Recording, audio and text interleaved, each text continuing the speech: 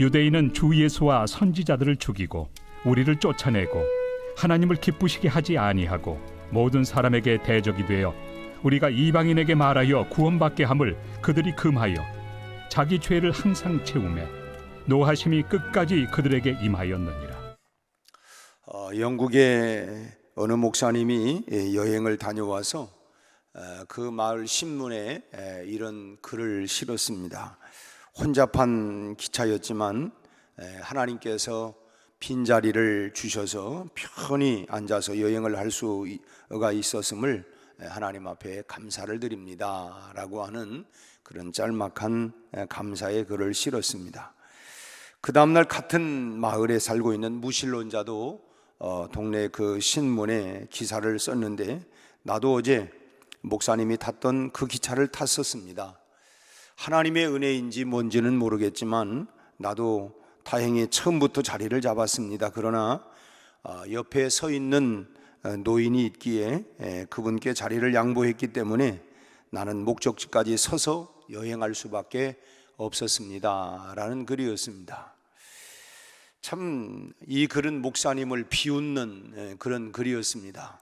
당신은 하나님 앞에 감사하는데, 나도 그러기는 했지만 노인이 서 계시기에 내가 그 자리를 양보하고 나는 목적지까지 서서 갔다. 목사님은 무신론자에게 어찌 보면 참패를 당하게 된 것입니다. 내 삶의 자리에서 주님의 뜻을 실천하지 못하면서 우리가 양보해야 된다, 사랑해야 된다, 겸손해야 된다, 나누어야 된다, 비워야 된다, 참 그렇게 말은 많이 하면서 주님의 그런 뜻을 실천하지 못하면서 오히려 사람들의 손가락질을 받는 그와 같은 모습으로 살아가면서 하나님의 은혜에 감사한다, 나는 오늘도 하나님의 은혜에 감사하다 라고 하는 이런 고백은 어쩌면 주님을 역겹게 만드는 참 바리새인들의 그런 위선과 다를 바가 없다라고 하는 것입니다. 혹시 내가 감사는 하지만 참 그것이 혹시 나에게 이런 소위 말하면 그러면 그리 아니할지라도 감사할 수 있겠느냐. 우리가 하박국 선지자의 유명한 감사의 내용은 꼭 밭에 소출이 있어야 하고 모든 농사들이 모든 것이 잘 되어만이 아니라 그리하지 아니할지라도 나는 하나님께 감사하겠다, 이것이 진정한 감사가 되겠죠. 지금 제가 간단한 예화를 말씀을 드렸지만 이것이 바로 바리새인들의 그런 모습이었다라고 하는 것입니다. 그래서 우리에게는 혹시 이런 유대인의 그릇된 모습이 내 안에 남아있지 않는가라고 하는 것을, 이 말씀을 우리가 묵상하면서 내 안에는 아직도 그런 모습이 있지 않는가, 그런 모습은 무언가 우리가 찾아내고, 그래서 정말 주님의 모습을 닮아가는 모습으로 우리가 변화가 일어나야 할 줄로 믿습니다. 유대인들은 한마디로 천국을 시기하는 사람들이었습니다. 그런데 이 시기라고 하는 것은 인류 최초의 이제 사람 아담과 하와가 이제 출산을 하지요. 가인과 아벨을 낳았는데 가인이 아벨을 죽인 이유가 뭡니까? 시기 질투였죠. 시기심 때문이었습니다. 아벨과 그의 재산은 하나님이 받으시고 또 가인은 그의 재물과 예배를 하나님 받지 않으셨어요. 거기에 대한 시기심, 질투심, 왜 내 건 안 받지? 왜 저 사람 건 그런 거야? 이런 시기심이 결국은 인류 최초의 살인극으로 끝나버리게 된 것입니다. 인간관계 속에서 사단이 가장 먼저 사용했고 지금도 가장 즐겨 사용하는 무기가 뭐냐? 바로 시기, 질투라고 하는 것입니다. 시기, 질투심. 한 남자가 해변을 걷다가 아주 희한하게 생겼던 병을 하나 주었습니다. 그래서 그 병을 깨끗이 닦고 이렇게 보다 보니까 그 안에서 마녀가 나타나더니 남자에게 내가 당신에게 3가지 소원을 들어주겠습니다 라고 말을 합니다. 그래서 이제 이 남자가 소원을 말할 때마다 그 3가지 소원을 들어주겠다 그러면서 덧붙여서 그 소원을 말할 때마다 그의 아내에게는 똑같은 것을 2배로 주겠다, 이렇게 얘기를 했어요. 그래서 이 남자가 3가지 소원을 얘기했습니다. 먼저 나에게 1억을 주십시오. 1억 현찰을 주십시오. 그리고 사람들이 누구도 타보지 못한 멋진 빨간색의 스포츠카를 주십시오. 그리고 세 번째는 뭐였냐면 저를 반쯤 죽여주세요. 그럼 어떻게 되는 겁니까? 얼른 계산이 안 나와요? 1억을 달라고 했으니까 2억을 주고, 빨간색 스포츠카를 달라고 했으니까 2대를 줄 거고, 나를 반쯤 죽여달라면 아내는 어떻게 되는 겁니까? 다 죽는 거죠. 나 반 죽였으면 아내는 죽이는 겁니다.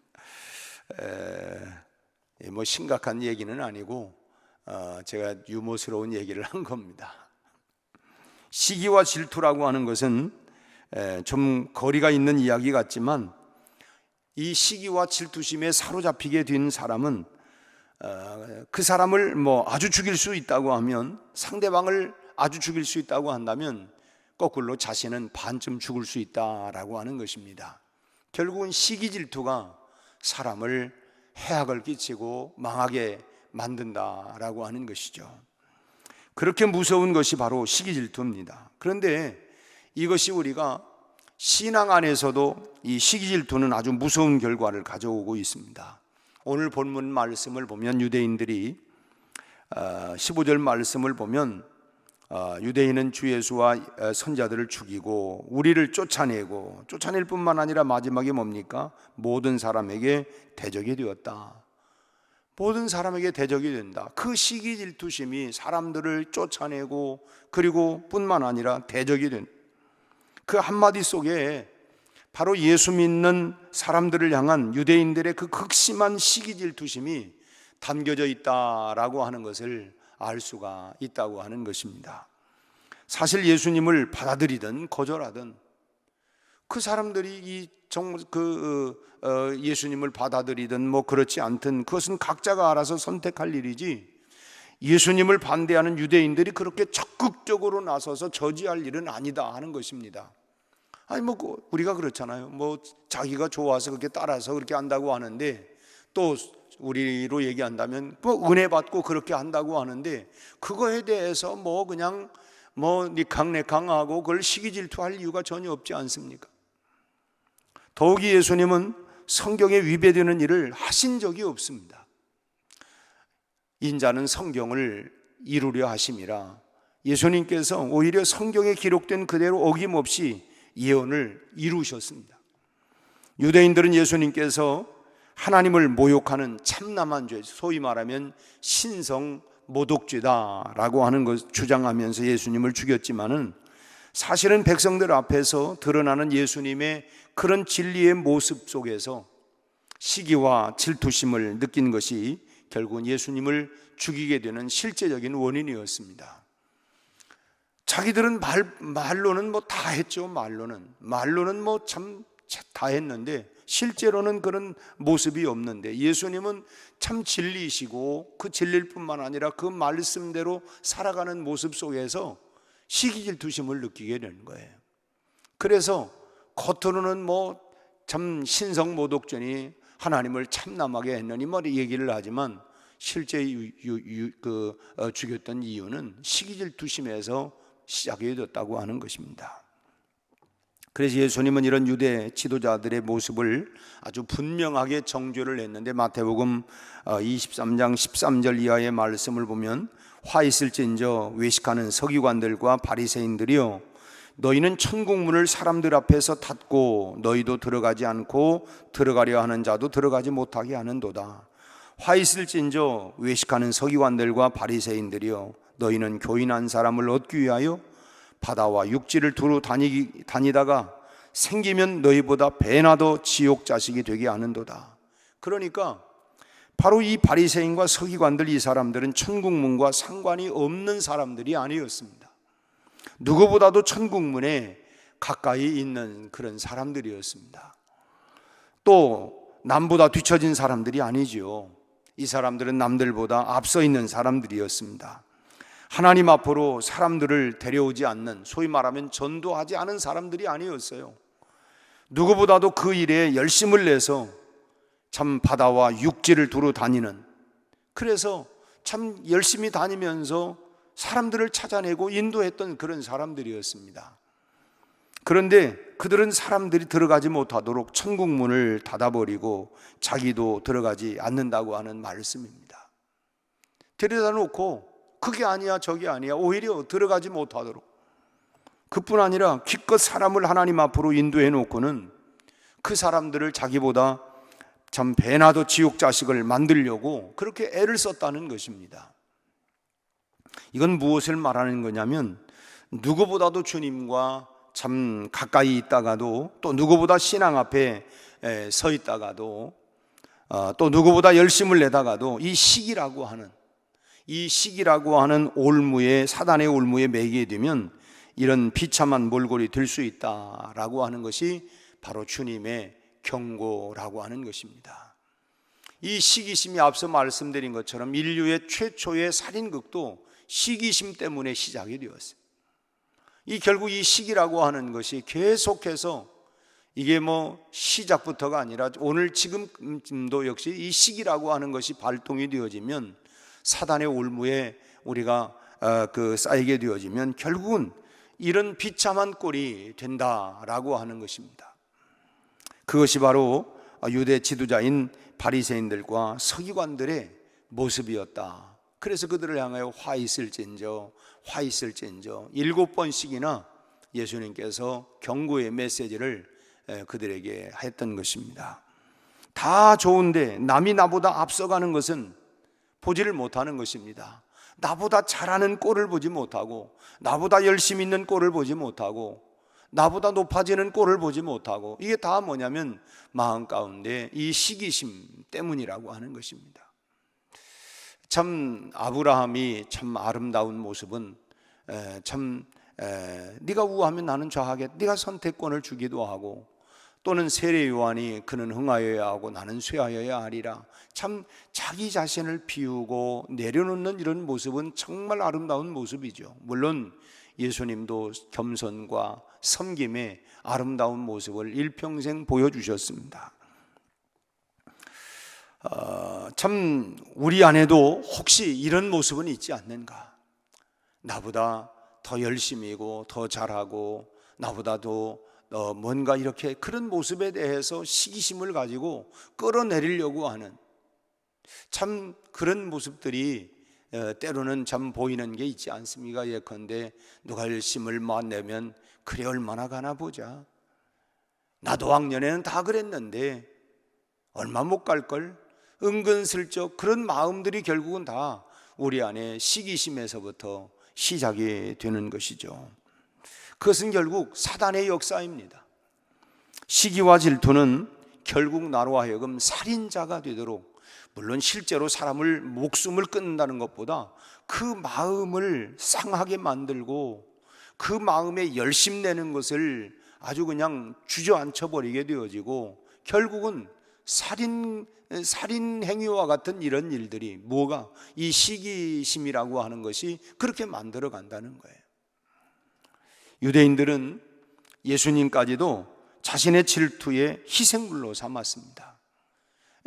예수님은 진리이시니까 그렇게 하니까 그 꼴을 못 보는 것입니다. 결국 그래서 십자가의 희생의 제물로 그렇게 달린 것이죠. 유대인들은 참 어리석게도 천국을 시기하는 사람들이었습니다. 말로는 천국을 얘기하지만 그걸 시기하는 사람들이었습니다. 혹시 내가 유대인들의 이런 이중성을 띠고 있는 그런 모습은 내 안에 있지 않는가, 우리가 생각을 해보고 오늘 이 새벽에도 말씀의 거울 앞에 나를 진지하게 내려놓고 내 모습 구석구석을 살펴보면서 참 그런 속에서 귀한 시간이 될 수 있도록 하나님, 참 내 안에 있는 이런 시기심, 이런 질투심, 이런 것들이 결국은 내 영혼을 상하게 만들고, 내가 반쯤 죽는 일이라고 하면 상대방은 죽이는 일인데, 하나님 내 안에 이런 시기 질투심이 사라지고 정말 겸손과 온유와 정말 주님의 마음을, 사랑의 마음, 겸손의 마음, 섬김의 마음, 나눔의 마음, 피움의 마음, 이런 마음으로 정말 주님을 닮아가게 해주십시오. 오늘 진지하게 우리가 하나님 앞에 기도하고 오늘 하루도 그 말씀을 붙잡고 오늘도 주님과 동행하는 믿음의 하루, 승리하는 이 하루가 될 수 있기를 주님의 이름으로 축원합니다.